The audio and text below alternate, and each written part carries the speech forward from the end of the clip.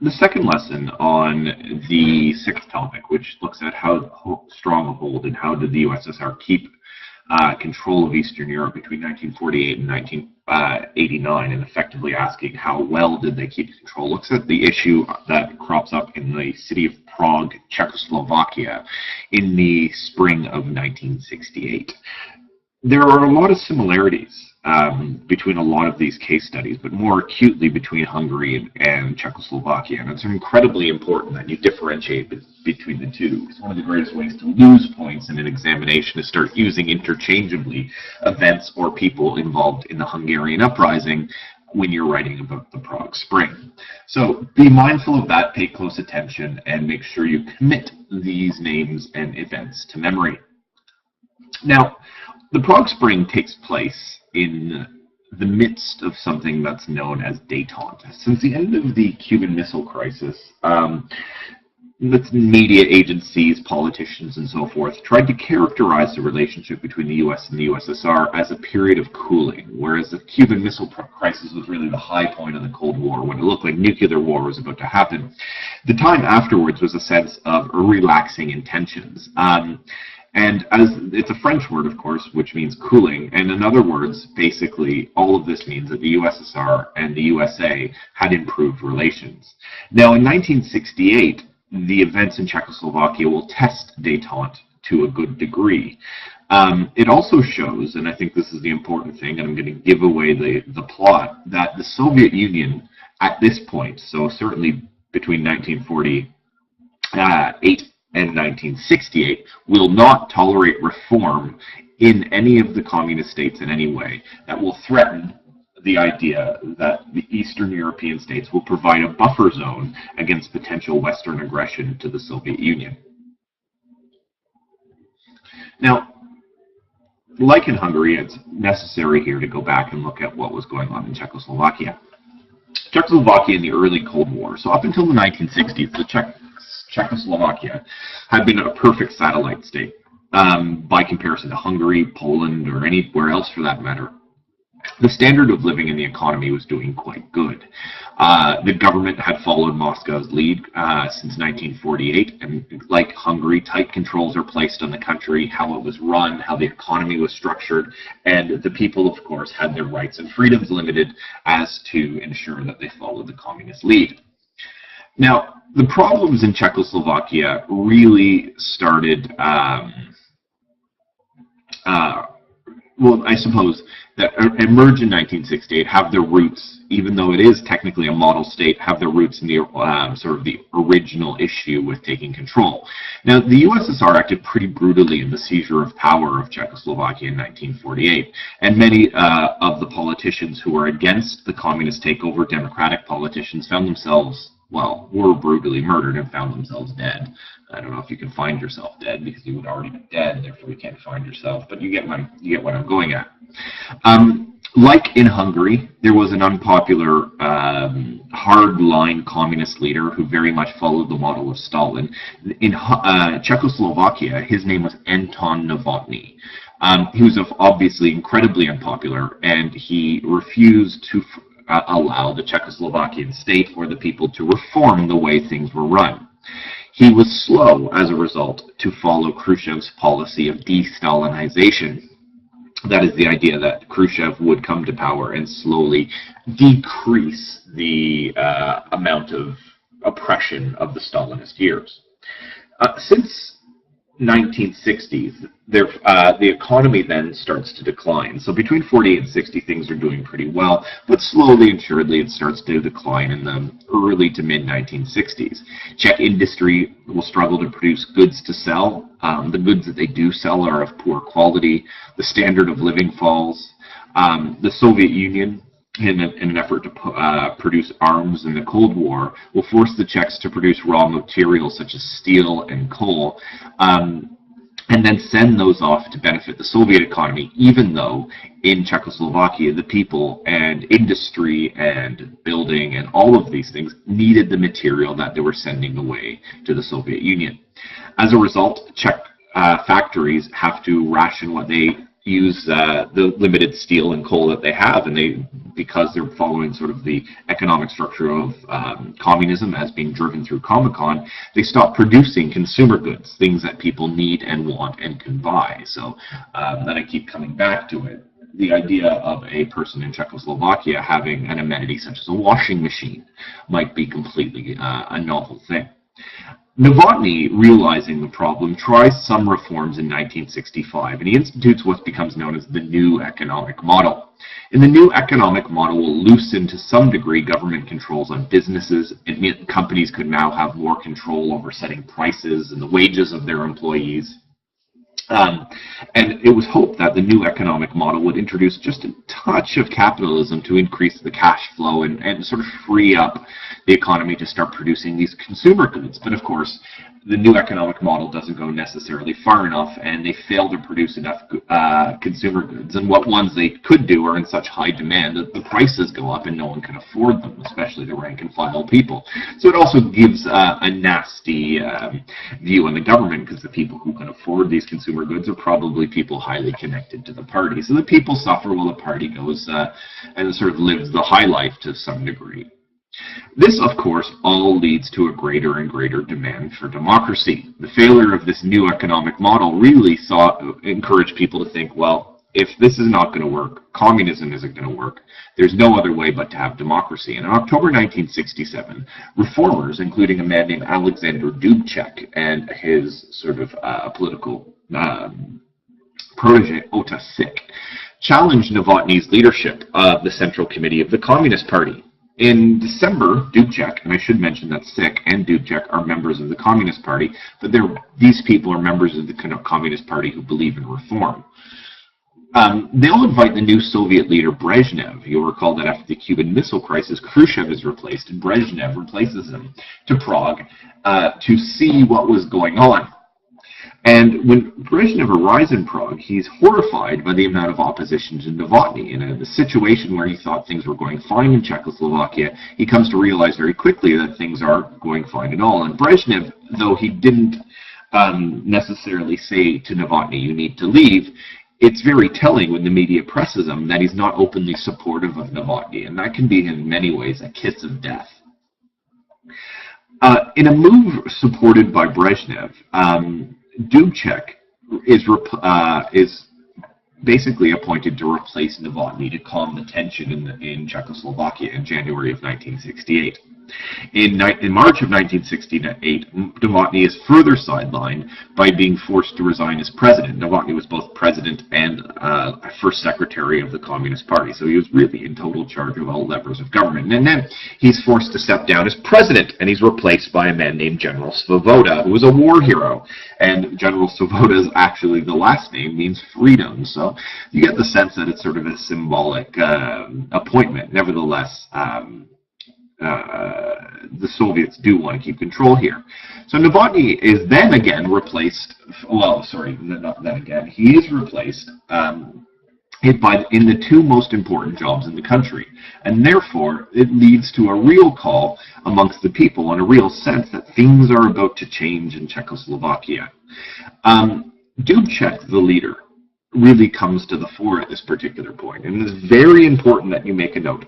Under no circumstances can you say that Alexander Dubček wanted democracy. Alexander Dubček was a firm believer in communism. However, he was a believer in a communism that was much less like the communism of Joseph Stalin or Rákosi in Hungary or Novotny. He was a believer in a communism that was much beyond anything that anyone is experiencing anywhere in the Soviet bloc. A communism of reform, a communism where people share and they help each other out, but at the same time, they do what's necessary to live free and open lives. And he called this idea socialism with a human face.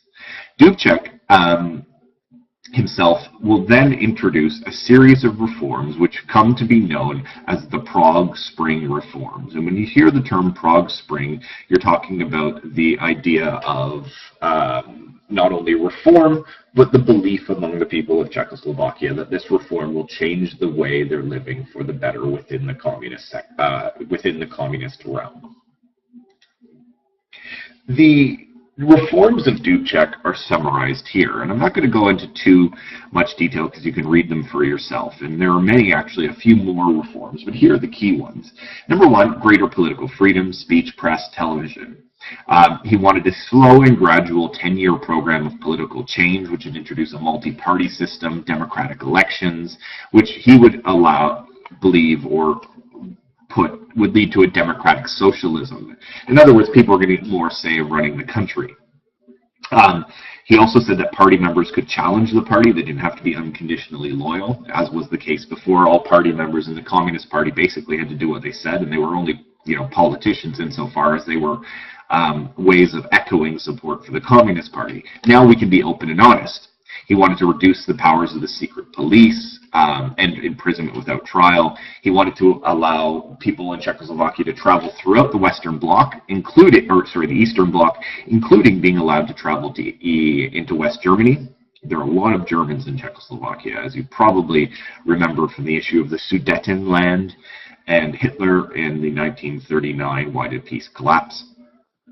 He wanted to create workers' councils to help increase working conditions or make them better in factories, recognize trade unions, and also allow the national identity of the Slovak people to be recognized.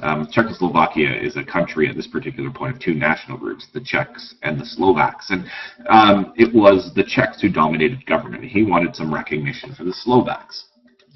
Dubček and Moscow. Now, Dubček was cautious, but he also knew that these reforms would be seen as potentially dangerous, and he didn't want a situation like Hungary where Czechoslovakia would be invaded and the rebellion put down. Moreover, Dubček's pretty cautious that he doesn't want to end up like Nagy, executed in a Romanian basement.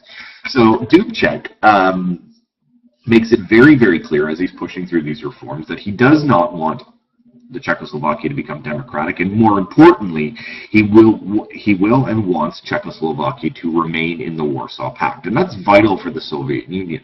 The Soviet Union sees the Warsaw Pact as really their best defense, and any sort of deviation or any want to leave the Warsaw Pact was considered a direct threat to Soviet security and would be punished harshly, no doubt. This measure, I suppose, was meant to reassure Moscow and avoid the need for armed intervention. Nevertheless, the USSR grows pretty concerned.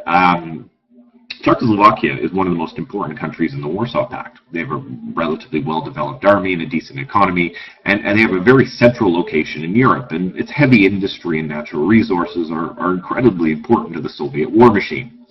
Brezhnev is especially hardline. He doesn't want them to leave the Warsaw Pact, and basically he says that, for him this would mean the border between East and West would then touch the Soviet Union himself, because Czechoslovakia borders at this particular point the Soviet Union.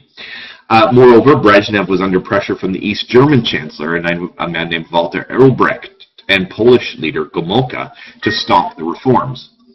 Brezhnev feared that Czechoslovakia was being drawn closer and closer economically to West Germany, a state he despised, and he thought that soon, and worried that soon potentially West Germany might come to dominate the economy of Czechoslovakia, and it would no longer be taking its lead from Comecon. The reaction to the reform in Czechoslovakia is interesting. Now, unsurprisingly, Dubček's reform leads to demands for an even greater reform, and that's just human nature. I always talk about this in lessons. I always have talked about it in this lesson, but it's a really good example. Let's say you ask for an Xbox for Christmas, and you get a wonderful new Xbox One, and it comes with a game, and all Xbox Ones or PlayStation 4s or whatever you happen to be playing on come with a game, and that game usually stinks. And you're really, really happy generally when you open your present and you've got your Xbox One, but at the same time you're like, oh, but I want FIFA, and you have, I don't know, retro racing or some sort of stupid game attached to it. Anyways, make a long story short, that leads for you to ask mom and dad really nicely, I know I have an Xbox, but now I want FIFA. And it goes on like that, and that's just human nature. Now, when people get reform in Czechoslovakia, they behave a little bit like that. Okay? Unsurprisingly, Dubček's reforms lead to a demand for even greater reforms. The rival party to the Communist Party is formed. A rival party is formed to push for even greater reform, and this is formed among the people. And these people call themselves the Social Democrats. The Social Democrats were in fact a party before the 1948 seizure by the Soviet Union, and they come back in some form in 1968. A man named Ludwik Vasilik, a journalist, will publish a manifesto which he calls the 2,000 Words, and he is a member of the Social Democratic Party, and in this 2,000 words he calls on the people to force even more extreme reforms until they get basically almost total freedom from the Soviet Union.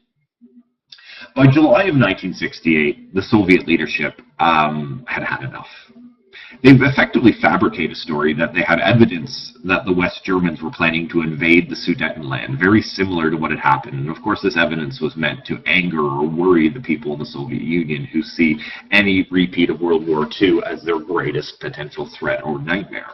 And they ask, knowing probably very well that they'll be refused, Dubček permission to send in the Red Army to protect the Czechoslovakian people against invasion from West Germany, which was obviously never going to come. And Dubček sees right through this ploy and refuses them.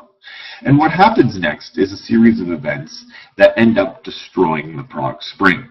In June of 1968, Soviet tanks there on training exercises will remain, even though they should have pulled out. In July of 1968, Brezhnev meets with Dubček to express concerns over events in Prague. This is the meeting, in fact, when he says that I would like to move my troops in to prevent a West German invasion. Unsurprisingly, Dubček refuses that, but he does agree not to leave the Warsaw Pact and to not allow a social democratic party, but insist on reform. On the 3rd of August, Dubček will meet all members of the Warsaw Pact, and he will sign something known as the Bratislava Declaration, which is a declaration in the faith of communism. And these are the actions of Alexander Dubček, really trying to ensure that we can have both reform but keep the Soviet Union from invading. But simultaneously, in Yugoslavia, Marshal Tito visits Prague, and he's given a warm welcome. The Soviets see that Dubček might be talking about out of both sides of his mouth. On one hand, he's signing an agreement saying, we will all remain communist, okay, we have our faith in communism, but at the other hand, he's bringing in a person who, in Marshal Tito in Yugoslavia, never joined the Soviet bloc. Is communist, more of a dictator than he is communist, but is not a member of the Warsaw Pact. And when he's given such a warm welcome, the Soviets are like, wait a second here. He's playing us for a fool. He's talking out of both sides of his mouth. He is doing two things simultaneous, and that can't be. Between the 15th and the 18th of August, the Soviet Politburo, the Central Committee of the Soviet Party in Moscow, will meet for 3 days. And during this 3-day debate, they decide what action to take. And famously, during a meeting of the Politburo, Brezhnev gets Dubček on the phone and shouts at him for hours. Literally, I think it's something like 3 hours in front of the entire Politburo on a speakerphone, shouts at Dubček and starts yelling things like, your actions will bring down the Warsaw Pact. And when Dubček refuses to stop reform, on the 20th of August, 1968, the Soviets invade. The Soviets put together a rather clever invasion. Their invasion is actually not just Soviet troops. It's troops from many different Warsaw Pact countries to show solidarity with the Soviet bloc. Czech citizens resist with petrol bombs.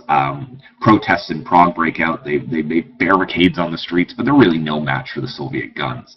Students will climb onto tanks to argue with the Soviet soldiers, and radio broadcasters stayed on the air by moving place to place to avoid unrest, oftentimes working on shortwave radio. You can ask me about how that works in class. In the end, really fewer than 100 people are killed. Dubček and the other leaders of the reform groups are all arrested, including all the sick and any members of the Social Democratic Party. And they're all taken to Moscow. Dubček's hauled in front of the Politburo and forced to end the reform. And then once they agree to end the reform, they're then replaced with hardline Czechoslovakian officials who will do exactly what Brezhnev will ask until the late 1980s. A couple pictures here of the Prague Spring. You see some students blockading the path of Soviet tanks in downtown Prague. You see here Soviet troops riding on a tank, petrol bombs being thrown at this tank, toilet paper. It was less a military adventure really than a sort of a show of force in which the students eventually protested but had to back down. Now, as we conclude here with a couple points, there are some severe consequences of the invasion. Number one, in Czechoslovakia, demonstrations against the Soviet rule will go on till April 1969, but by that point, most of the people who are demonstrating end up in jail.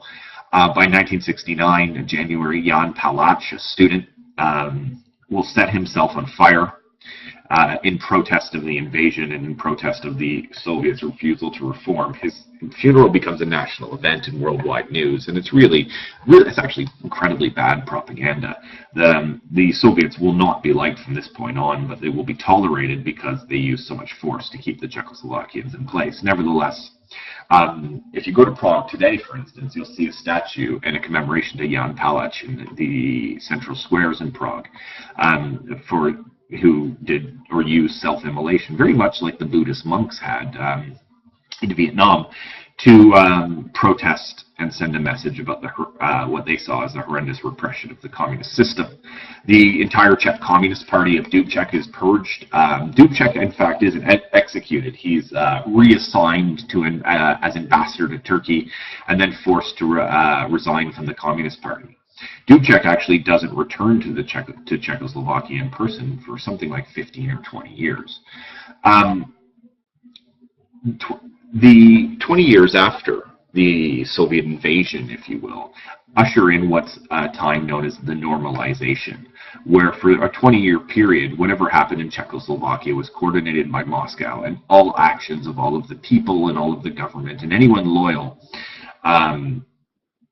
to the Prague Spring reforms are monitored heavily by the KGB, the Russian secret police, and loyal Czech collaborators.